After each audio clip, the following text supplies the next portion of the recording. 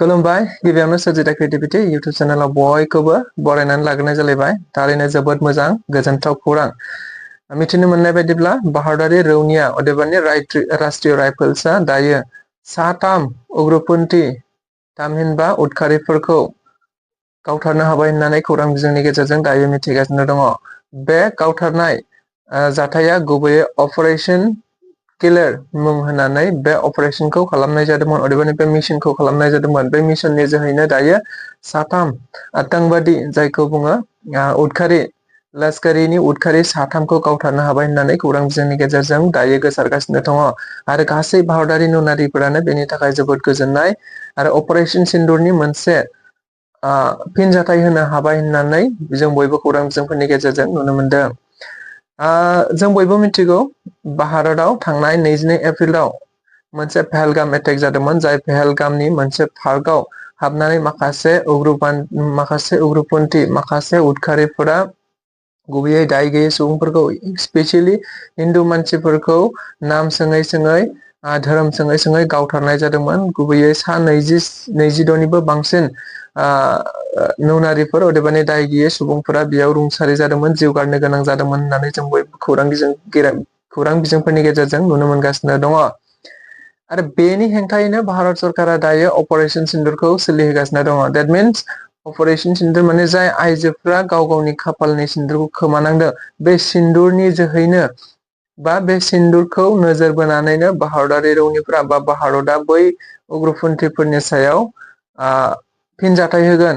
थामहिनबा जाय सिन्दुरनि जोहैनो दायो भारतनि आइजोफोरा खाफालनि सिन्दुरखौ खोमानांबाय, बे सिन्दुरनि जोहैनो बे सिन्दुरनि गेजेरजोंनो उग्रपन्थीफोरखौ जायफ्रा गावथारदोंमोन बे उग्रपन्थीफोरखौ बे सिन्दुरनि गोहोजोंनो गावथारफिननाय जागोन होननानै जों बयबो खौरां बिजोंफोरनि गेजेरजों नुनो मोनगासिनो दं।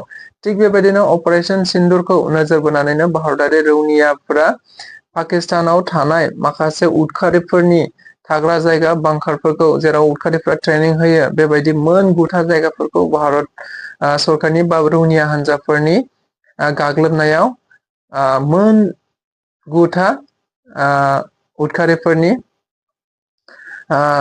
ट्रेनिं होग्रा थावनिफोरखौ गाग्लोबदोंमोन अदेबानि धंस' खालामनानै होदोंमोन होननानै जों बयबो खौरां बिजोंफोरनि गेजेरजों नुनो मोनगासिनो दं। बेनि उनावनो भारत आरो पाकिस्ताननि गेजेराव बेबायदिनो गोबांथार ड्रन हगारनाय, ड्रन एटेक खालामनाय, मिसाइल एटेक खालामनाय बेबायदिया सोलिगासिनो दङमोन। जेराव भारत आरो पाकिस्ताननि गेजेराव दायो सिजफायार जाबाय होननानैबो जों बयबो खौरां बिजोंफोरनि गेजेरजों मिथिनो मोनबाय।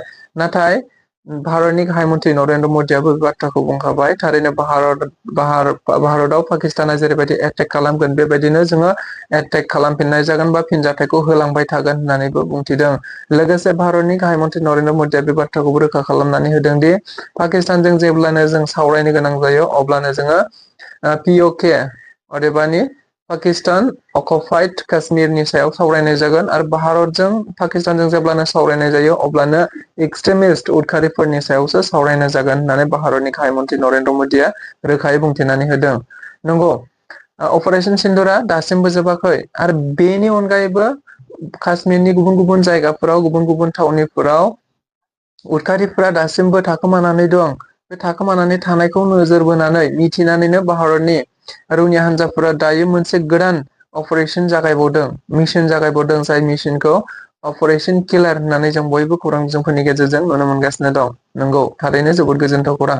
अपारेशन किलारनि जोहैनो दायो भारतनि रौनिया हान्जा राष्ट्रीय राइफल्सनि गोख्रों मिशननि गेजेरजों, गोख्रों नाजानायनि गेजेरजों दायो साथाम उदखारिफोरखौ भारतनि रौनिया हान्जाफोरा गावथारनो हाबाय। बिथांमोननि खर'खौ, बिथांमोननि मेलेमखौ बाहेरायाव दिहुननो हाबाय होननानै जों बयबो खौरां बिजोंफोरनि गेजेरजों नुबाय। आंबो नैबे भिडिअनि गेजेराव बेकग्राउन्डआव होनानै दोनबाय थाखादों। थारैनो बिथां उग्रपन्थी जायफ्रा उदखारि, बे उदखारिफोरखौ भारतनि रौनियाफोरा गावथारनानै गावसिनि सिगाङाव लाबोनानै खोलैनानै दोननानै जय भारत माता कि जय होनदों। गोबांथार बेबायदिनो भारतनि माखासे स्लगानफोरखौ होनायखौ जों बयबो खौरां बिजोंफोरनि गेजेरजों नुगासिनो दङ बा नुनो मोनदों। थारैनो बे गासैबो भारतारि रायजो राजा, भारतारि नौनारिफोरनि थाखाय मोनसे भारतारि सुबुंफोरनि थाखाय मोनसे जोबोद गोजोनथाव खौरां आरो पहलगाम एटेकनि मोनसे आगानसे एसेब्लाबो जाफुंसारनाय होननानै जों बयबो खौरां बिजोंफोरनि गेजेरजों मिथिनो मोनदों, नुनो मोनदों आरो बियो भारतनि मोनसे देरहासारनाय। थारैनो उग्रपन्थिफोरा गाहाय मन्त्रि नरेन्द्र मदिया बुंखादों उग्रपन्थिफोरा जेरावखि थाया मानो उग्रपन्थिफोरखौ जाय थुलुंगा होयो, उग्रपन्थिफोरखौ जाय बेबायदि गोहो होयो, बोलो होयो, जाय थानो जानो होयो, बिथांमोनखौ गासैखौबो जाय जेरावखि थाया मानो, जेखि खनायावनो थाया मानो बिथांमोनखौ नागिर नागिर गावथारजोबनाय जागोन बा बिथांमोनखौ नागिर नागिर फोजोबस्रांनाय जागोन होननानै भारतनि गाहाय मन्त्रि नरेन्द्र मदिया बुंनाय लेखायैनो दायो मोनसेनि उनाव मोनसे बेबायदिनो उदखारिफोरनि थाग्रा जायगाजों लोगोसे माखासे उदखारिफोरखौ दायो गाग्लोबनाय, माखासे उदखारिफोरखौ दायो फोजोबस्रांनायखौ जों बयबो नुनो मोनगासिनो दङ। थारैनो बेयो भारत नि सुबुंफोरनि थाखाय जोबोद गोजोनथाव खौरां।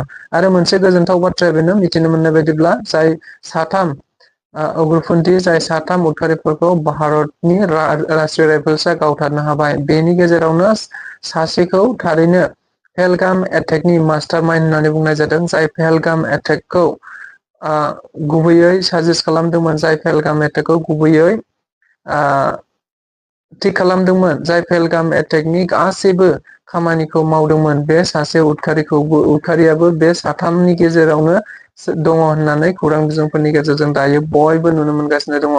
थारैनो भारतआ बेबायदि उदखारिफोरनि हेंथायै गोख्रों नाजानाया जोबोद गोजोनथाव आरो साफ्रोमबो रायजो राजा भारतनि गोबांथार सुबुंफ्रानो, गोबांथार मेलेमजिबि, गोबांथार साननो हनो गोरोंफ्रानो दायो भारतनि रौनियाफोरनिसिम गोजोननाय बावहरदों आरो हादोरनि गाहाय मन्त्रि नरेन्द्र मदि बिथाङाबो दायो गोजोननायखौ बावदों। बेनि अनगायैबो हादरनि गाहाय मन्त्रि नरेन्द्र मदिया अपारेशन सिन्दुर खालामनाय, अपारेशन सिन्दुराव जेरैबायदि पाकिस्ताननि सिङाव हाबनानै, पाकिस्तानाव हाबनानै जेरैबायदि उग्रपन्थिफोरखौ नायै नायै गावथारनो हाबाय, नायै नायै उग्रपन्थिफोरनि ट्रेनिं होग्रा थावनिफोरखौ पाकिस्ताननि सिङावनो हाबनानै जेरैबायदि गावख्रुबनो हाबाय, धंस' खालामनो हाबाय, बेखौ नोजोर बोनानैनो भारतनि गाहाय मन्त्रि नरेन्द्र मदियाबो मैया भारतनि माखासे रौनिया हान्जा, जेरै अख्रां दावहायारि हान्जा आरो गुबुन गुबुन रोखोमनि दावहायारि हान्जाफोरजों भारतनि गाहाय मन्त्रि नरेन्द्र मदिया लोगो हमनायखौ नुनो मोननाय जादों।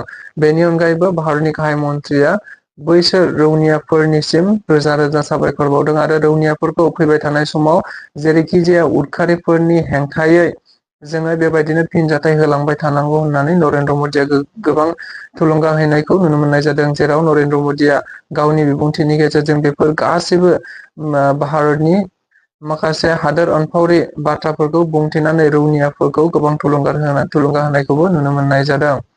थारैनो नैबेयो भारतनि मोनसे जोबोद गेदेरथार जाफुंसारनाय, जाय गेदेरथार जाफुंसारनायखौ अपारेशन फिलारआ मोगथां महर होनो हाबाय होननानै जों बयबो नुनो मोनबाय। स' दिनैनि रादाबा बेखिनियानो, गोजोन्थों।